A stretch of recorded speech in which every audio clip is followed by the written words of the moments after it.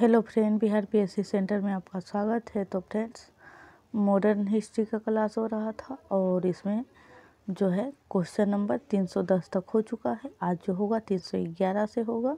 अगर आपने पहले वीडियो को नहीं देखा है तो प्लीज़ प्ले लिस्ट बना हुआ है, आप उसे देख लें। और आप किसी भी एग्ज़ाम की तैयारी कर रहे हों, ये सभी के लिए है मॉडर्न हिस्ट्री। तो चलिए 311, किसके शासनकाल में ब्लैक होल दुर्घटना घटित हुई थी? ये ब्लैक होल जो है इतिहास का ब्लैक होल है, आप इसे ज्योग्राफी से नहीं समझिएगा। एक छोटे से कोठरी में करीबन 100 प्लस लोगों को बंद कर दिया गया था, जिसके कारण दम घुटने के कारण मृत्यु हुई थी और कुछ लोग बचे थे। तो इस प्रकार की है ब्लैक होल घटना। तो इसका जो राइट आंसर होगा सिराजुद्दौला, इसी ने ऐसा किया था। देखते हैं इसका एक्सप्लेनेशन। काल कोठरी नामक घटना पश्चिम बंगाल की एक घटना है जो स्वतंत्रता पूर्व काल की है। ऐसा माना जाता है कि बंगाल के नवाब जो सिराजुद्दौला हैं ने 146 अंग्रेज बंदियों को, जिनमें स्त्रियां बच्चे भी सम्मिलित थे, को एक 18 फुट लंबे और 14 फुट 10 इंच चौड़े कमरे में बंद कर दिया था। और 20 जून 1756 ईस्वी की रात को बंद करने के बाद जब 23 जून को प्रातः कोठरी को खोला गया तो इसमें 23 लोग ही जीवित बच पाए थे। तो ये घटना थी 20 जून 1756 को।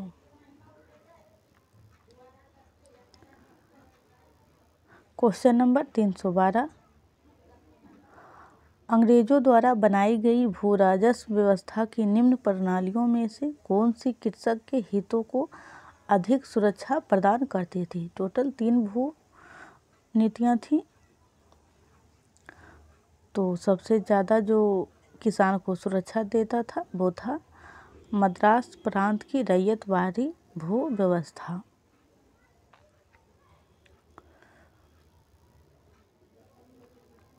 रैयतवारी में क्या होता था?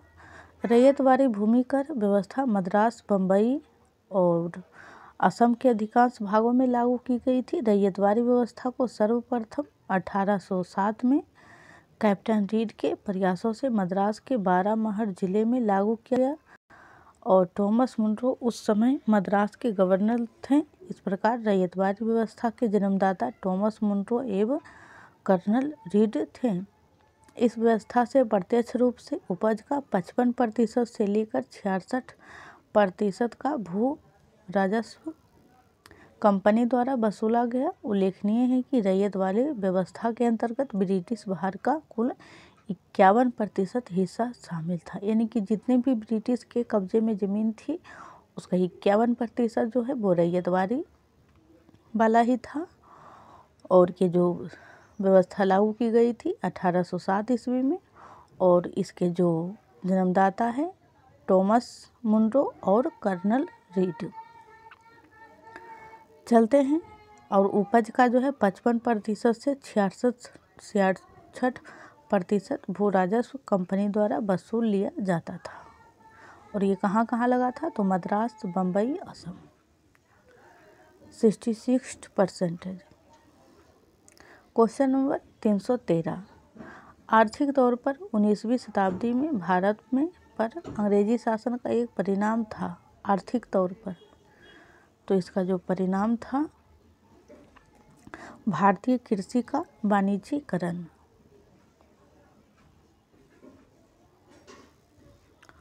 फ्रेंड्स, अगर आप चैनल पर पहली बार आए हैं तो प्लीज़ चैनल को सब्सक्राइब कर लें, वीडियो को लाइक करें।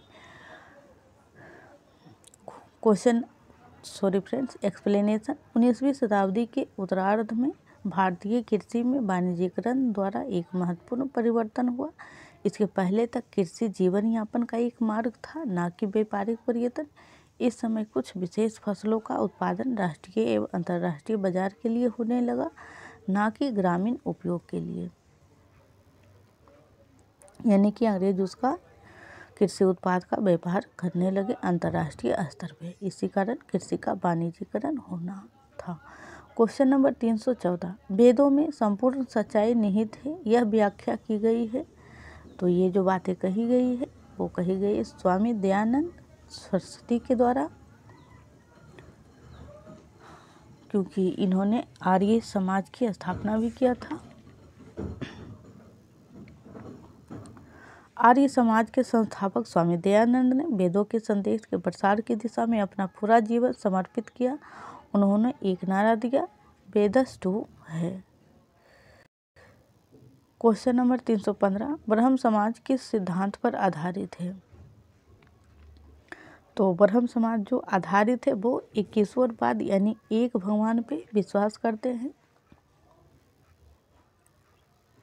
राजा राम मोहन राय ने शुद्ध एकेश्वरवाद के सिद्धांत पर आधारित ब्रह्म समाज की स्थापना की और कब की? तो 1928 में।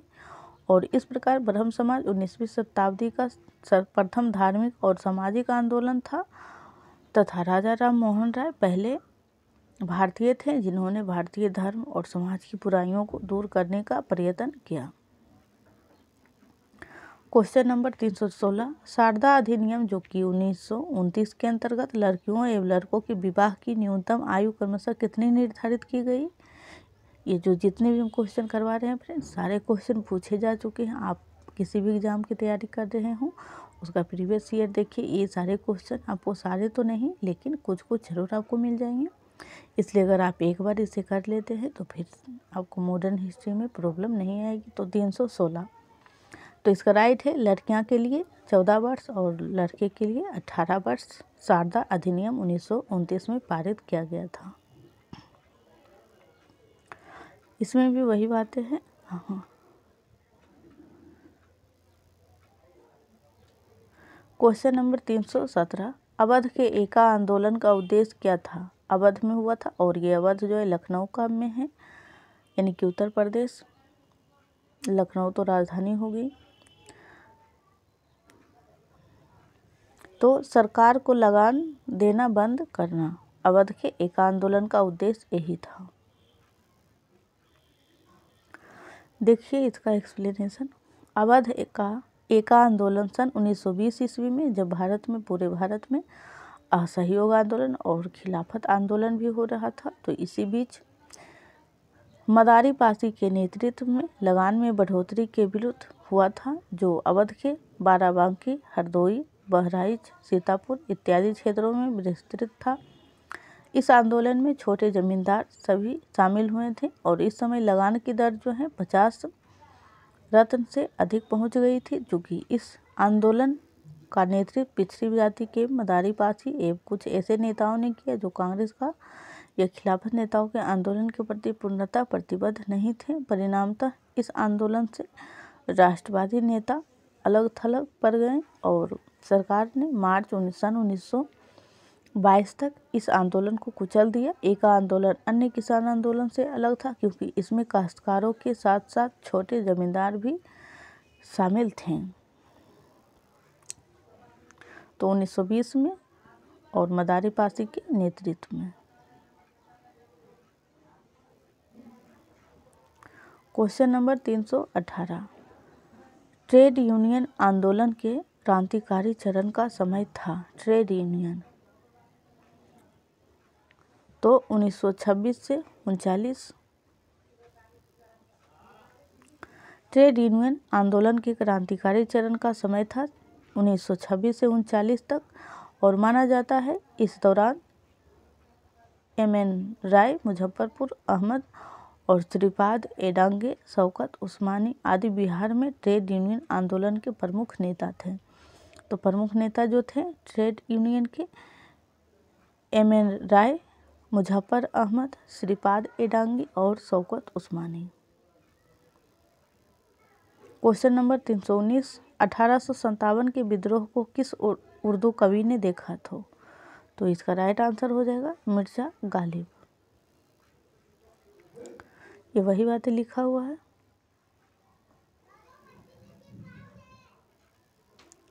क्वेश्चन नंबर 320, 1857 के विद्रोह के विषय में निम्नलिखित कथनों में से कौन सा एक सही नहीं है? पूछा जा रहा है, सही नहीं है। तो पहले तो आप इसका आंसर देख लें।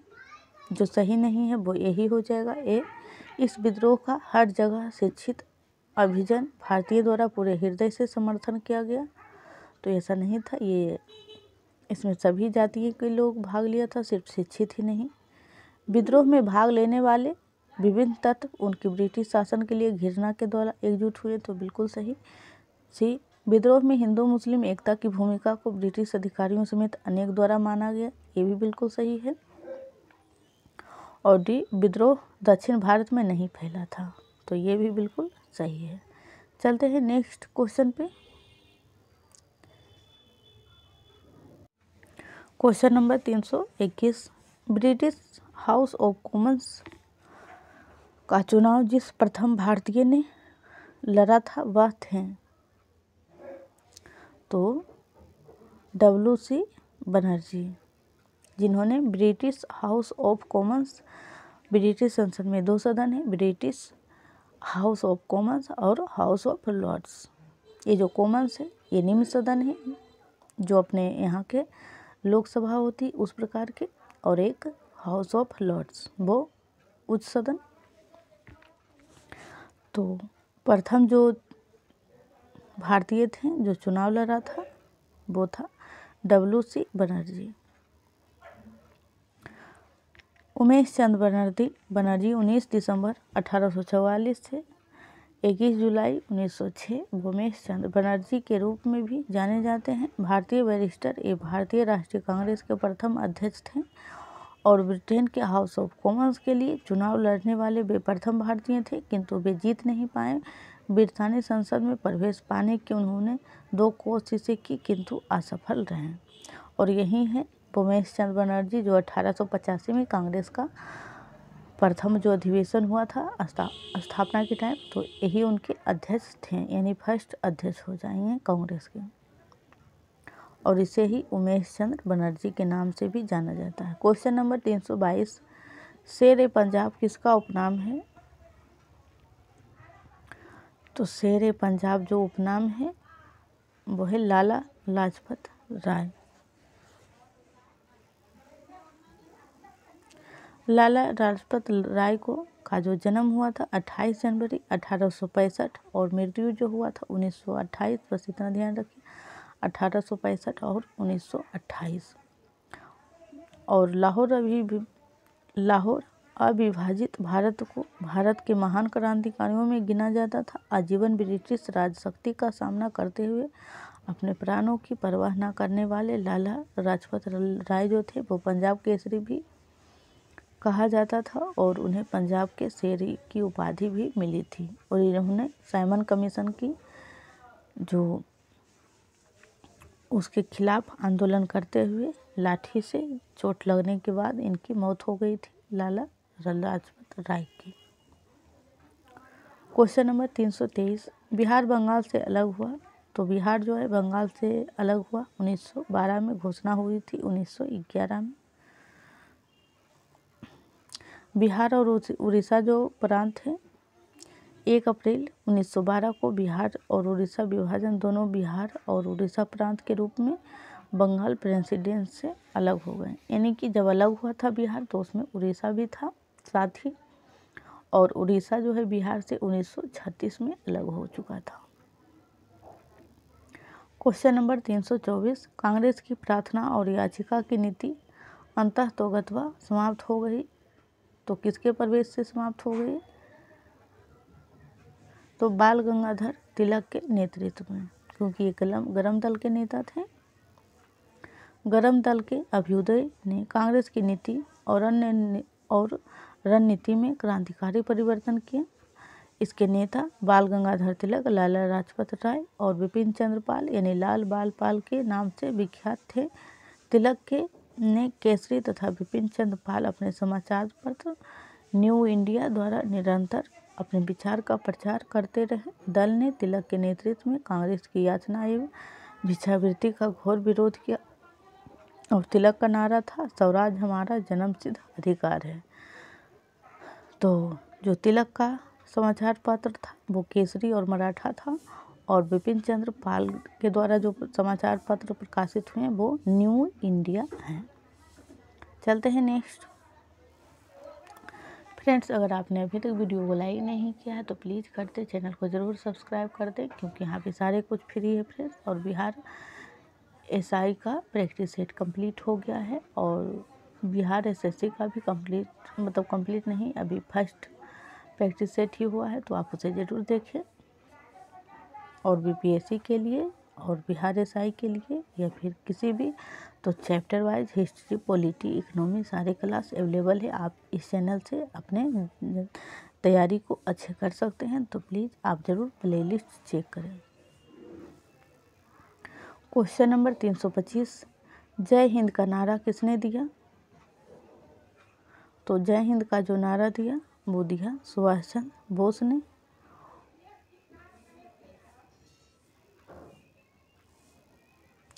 इसका शाब्दिक अर्थ है भारत की विजय है। यह नारा भारतीय क्रांतिकारी आबिद हसन सफरानी द्वारा, एक मिनट, इसका शाब्दिक जो अर्थ है भारत की विजय है, और यह जो नारा है भारतीय क्रांतिकारी आबिद हसन सफरानी द्वारा दिया गया था। तत्पश्चात यह भारतीयों में प्रचलित हो गया और नेताजी सुभाष चंद्र बोस द्वारा आज़ाद हिंद फौज के युद्ध घोष के रूप में प्रचलित किया था। तो ये जो नारा दिया गया वो आबिद हसन सफरानी के द्वारा। लेकिन यहाँ पूछा जा रहा है जय हिंद का नारा किसने दिया? सुभाष चंद्र बोस।